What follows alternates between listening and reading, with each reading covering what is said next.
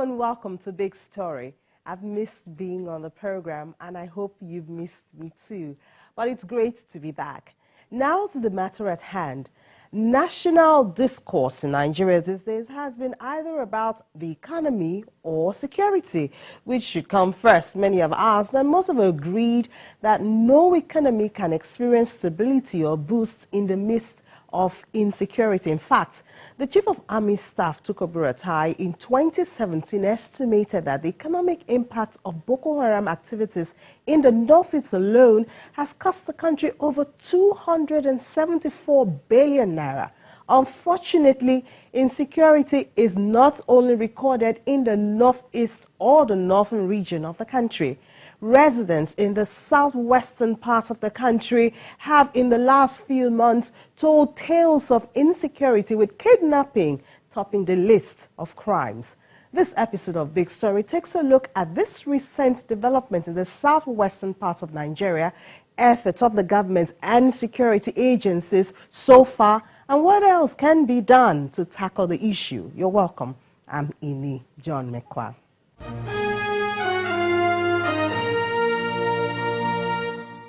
1,071 people killed, 685 kidnapped in the first quarter of 2019.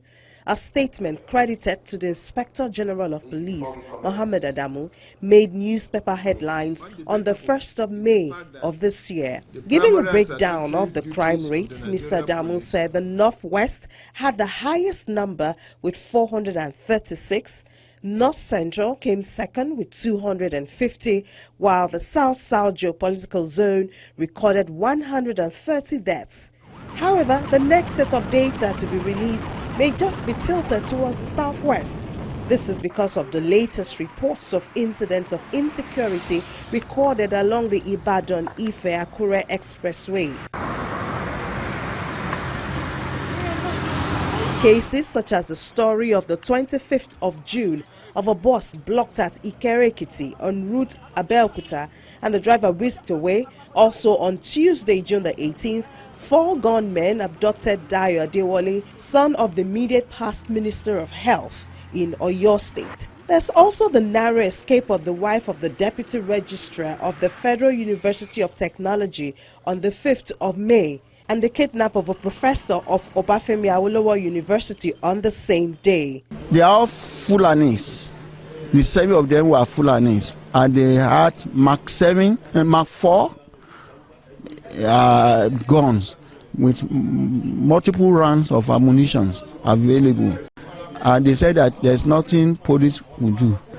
Where we don't have adequate security and people can do anything on their own, I mean criminals.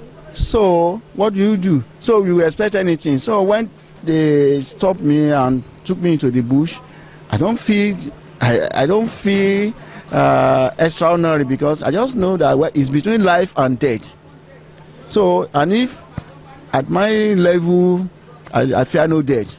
So did you negotiate? I did.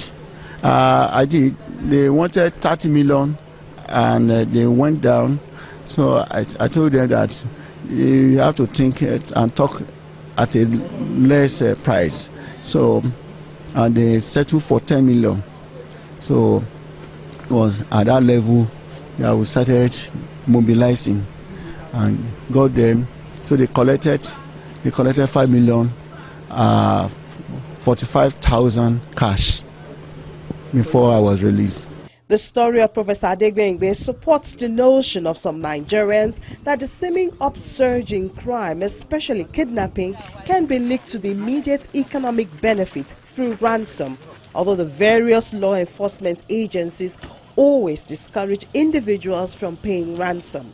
I do agree that it is not something that one should encourage, but a situation whereby a family member, it is he who feels it that knows it. You remember that it's he who feels it that knows it. It might be easier for you and I to sit back and say, look, don't mind them, don't worry, But when you hear your loved one, one's parent or one's sibling or one's ward or one's husband or one's wife crying in agony, crying under trauma, pleading to save his or her life. In fact, even telling you that I have 1 million naira somewhere, go and pick it, just give them so that they can leave me and let me have my peace. And of course, it's also a common knowledge that we don't have enough policemen to even police this nation. So, a lot of crimes happen on a daily basis, especially kidnapping. And the people quietly, without even making noise, without even reporting to anybody, they negotiate and then they pay the ransom. I'm not saying it's right, but again, life is very important. Many are said to avoid the affected routes in recent times because of the stories making the rounds. At a motor park in Ojota area of Lagos State, travelers begin the journey to Oyo, Ondo and Osun states from here.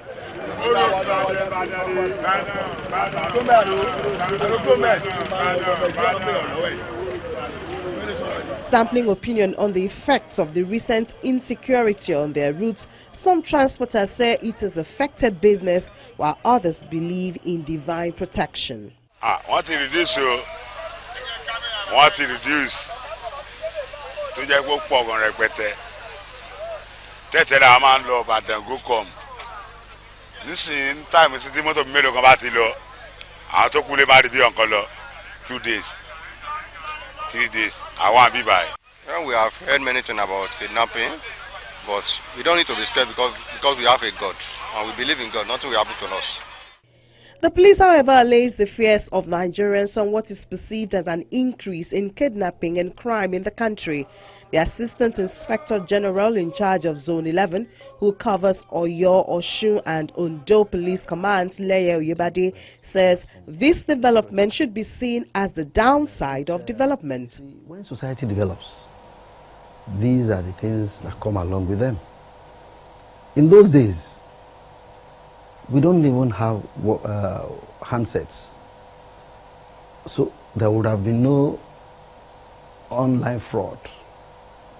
So when you have technology, when there is improvement in the society in terms of urbanization, globalization, when you have all these IT coming up, science, technology and innovation, these are part of the challenges that come along with them.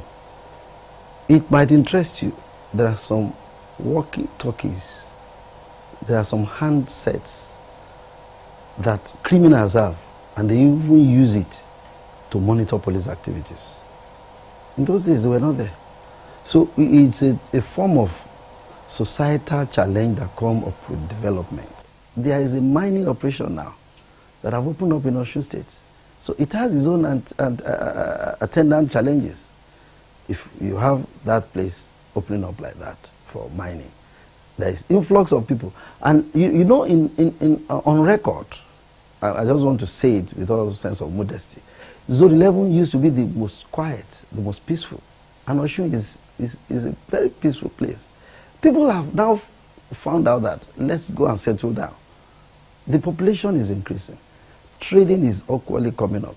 The environment have its own, activities that have really started bringing and accepting more people. I do not accept that at all. I mean, that's, as far as I'm concerned, that's not tenable. That's not tenable. I use that with development. We must also contend. Of course, yes.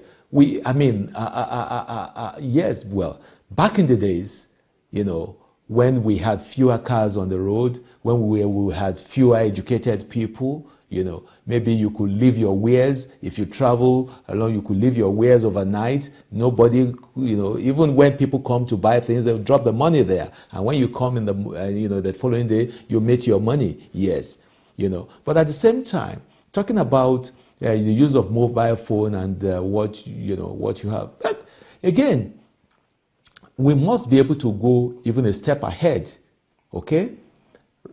In checkmating, these criminals. Albeit, the law enforcement agencies say they have taken charge of the affected routes and are applying other means of discouraging kidnapping and other crimes on the road. You go on that long stretch from Ibadan now up to that junction, Ijebu-Jesha, you see that we have flooded the place with policemen. Patrol vehicles also crisscross the whole of the highways that we have recorded these challenges. But we have spoken to those that were affected. We have gone on the road. I was on that road myself severally. We have identified some black spots, some flashpoints, and some areas around Wasimi, Akpomu, even before you get to Pongbogon, Ikire. But when you cover some areas, they change their tactics and they go creating another form of attacking innocent Nigerians. So it's an all-round protection strategy that we are devising. While we are flooding the road with patrol vehicles, while we are crisscrossing, while we are having safer highway patrols, we are also looking at their escape routes. Their escape routes have been identified to be along that waterfront. The waterfronts in Ondo State, those areas, when they commit the crime, they escape, and when they get away from that place, they can bust in Delta or in Lagos. So we're doing an upgrading of our marine police in that axis. The Ondo State government have promised to support us with a jetty and with some gunboats. We have identified their escape routes. Okay, talking about area surveillance. So when you confront them on the ground, you confront them by blocking their escape routes. You also do area surveillance. That is to monitor them from the air. By the time we do all this, I know that we'll get positive results, and that is what we're doing. It's an all-round protection, security apparatus that we are using. And community policing is the way out. So we have engaged those that are stakeholders. The whole lot of that stretch, we have the community leaders, the obas. We have called them. We have told them that if it happens in the area and they don't get to give us information, they will be also held liable and held responsible for the activities. If you have herders traversing your area, there are leadership of these herders in your own domain that know the terrain. Some of them have even intermarried with the settlers there. Let them know those that are traversing. Let them monitor their activities. Let them keep us informed. So we've developed that trust and confidence. We are rebuilding the trust and confidence with the communities. While road users appreciate the population of officers along the routes, they have other issues with the system in use. I can say that sometimes our passengers used to be afraid of some securities on the road, that when you see them, there's no identity of anything. No ID card, no nothing. And if you're trying to ask them that, who are you? You know, some people just put on black clothes and hold gun on the road with BS and everything. They say they are SARS or whatever. The passenger will know. Not everybody knows who you are on the road. But when you're talking about security, you want to be on the highway to make sure the life and people on the road be secured. You must have your identity to show the masses on the road that you're a security man, that you are securing the road for us.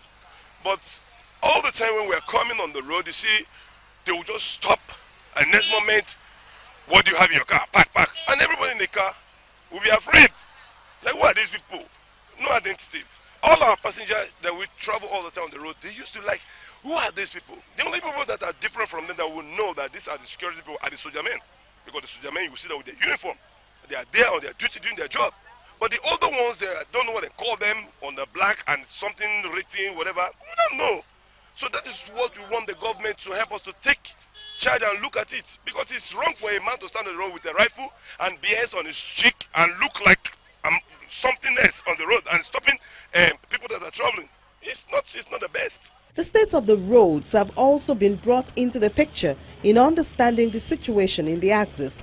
The Federal Road Safety Commission, FRSC, has identified bad roads as a major cause of accident, while the economic losses runs into millions because of delays on the roads. Another effect of this infrastructure is in assessing this insecurity challenge. Let's have good roads.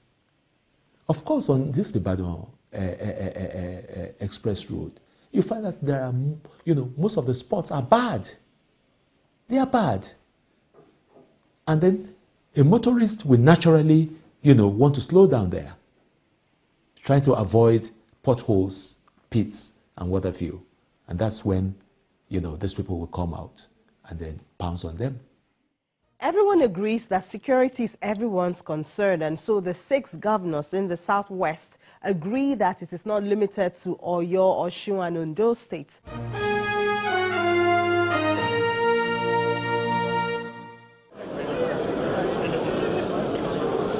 They meet at the first security summit in the year to, among other things, discuss the development agenda for Western Nigeria, which is Dawn Commission. The meeting is held in Ibadan, the capital of Oyo State, with traditional rulers, community leaders, and members of the law enforcement agencies. The host, Sheyi Makinde, thinks it necessary to call for unity in the face of the present challenge. As a group on this side of the Niger, we have always had more things that unite us than those that divide us. We have always held our doors open and been welcoming of strangers.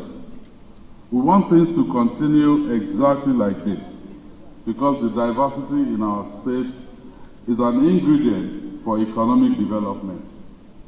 We shall not allow the actions of miscreants and enemies of unity to make us change who we are.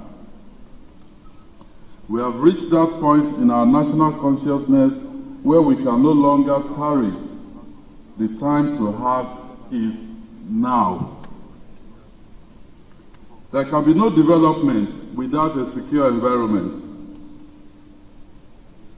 We won't see any direct foreign investment. We won't see investors, except we can secure our environment. For Ogun State Governor Dapo Abiodun, the collaborative efforts of the governors and the people is needed.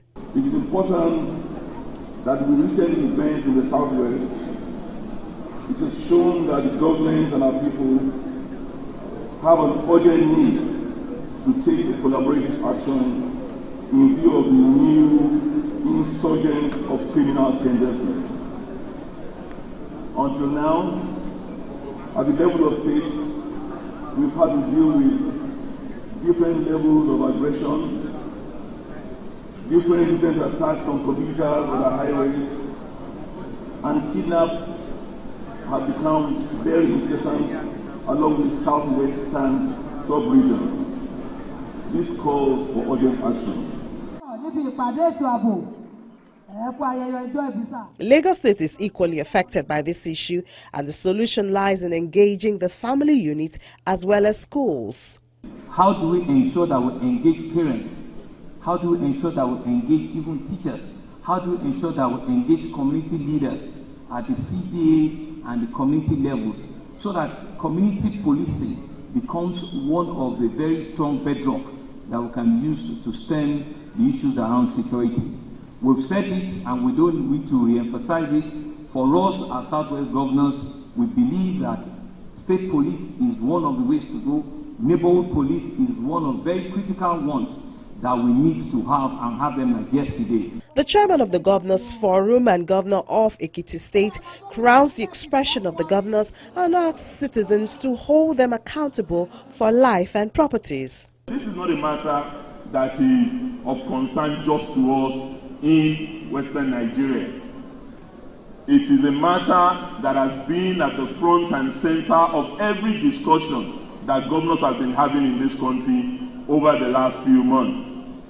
In fact, all the meetings that I've held since I assumed duty as chairman of the Governors Forum has been on nothing else than security. But I think we need actionable, practical proposals that we can bring to bear on this problem at our level in Western Nigeria, but clearly in the country as a whole. And I believe ultimately, we as your governors should be held accountable. That's why you have elected us. Hold us accountable for the security and safety of our citizens. Apart from the strategies proposed by the governors, many of which the security agencies say are already at the implementation stage, the police is looking at technology and intelligence gathering policing as a lasting solution to apprehending criminals and discouraging crime in not just the southwest region, but the country. We have crime mapped the whole zone. We have done what you need to know as which crime is prevalent and where. And so it's every angle that we are looking at. And that is why we are developing apps now. These apps, I won't be able to tell you who are on the air now, but they are coming on board. When these apps are fully operational, it's going to be unprofitable to go into the business of kidnapping. By the time the person who is apprehensive is able to get in touch with our control room, and we can monitor from our control room where they are, unknown to them, we only swap on them and then the whole thing will be history. So it's a lot of development that is coming up. We've also put our control room numbers across to members of the public, and it has worked. They now call us and we respond. So it has improved our response time to distress calls. What's the response time? You want me to say it? As soon as you call, expect the police to be there. It depends on the distance. It depends on the nature of the challenge that the person is facing. And all this we do, we also have feedback from members of the public. The PCRC is still there, Police Community Relations Committee. The zonal security stakeholders forum is like an extension of the PCRC. We now have a more elaborate membership of relevant stakeholders. Checking the incidence of crime in our society, we must also deploy CCTVs, okay, especially in our cities, okay. Even there's nothing wrong in having CCTVs along our major highways, but that has its own challenge too, because you now start talking of power, okay. But again, I'm sure, with solar, that can be taken care of.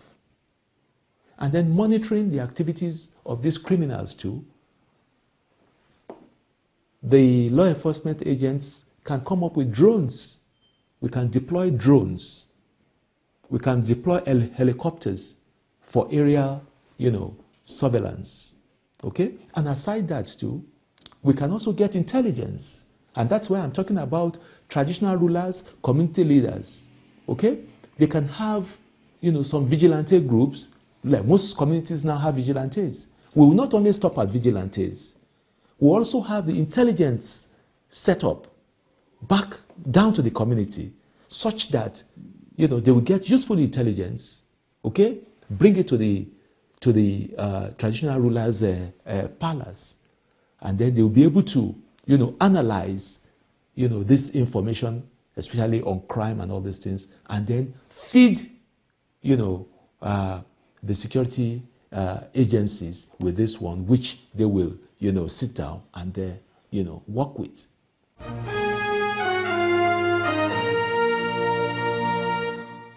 Certainly, the way of the future is the use of intelligence and technology. So, dealing with insecurity in Nigeria cannot be different. But of course, issues of maintenance and sustenance of the required infrastructure are the reality which will determine the adoption of the 21st century approach. Well, that's our story for this episode of the program. Please share your thoughts with us on our social media platforms and watch Big Story whenever you want on our YouTube channel. I'm Ini John Mekwa.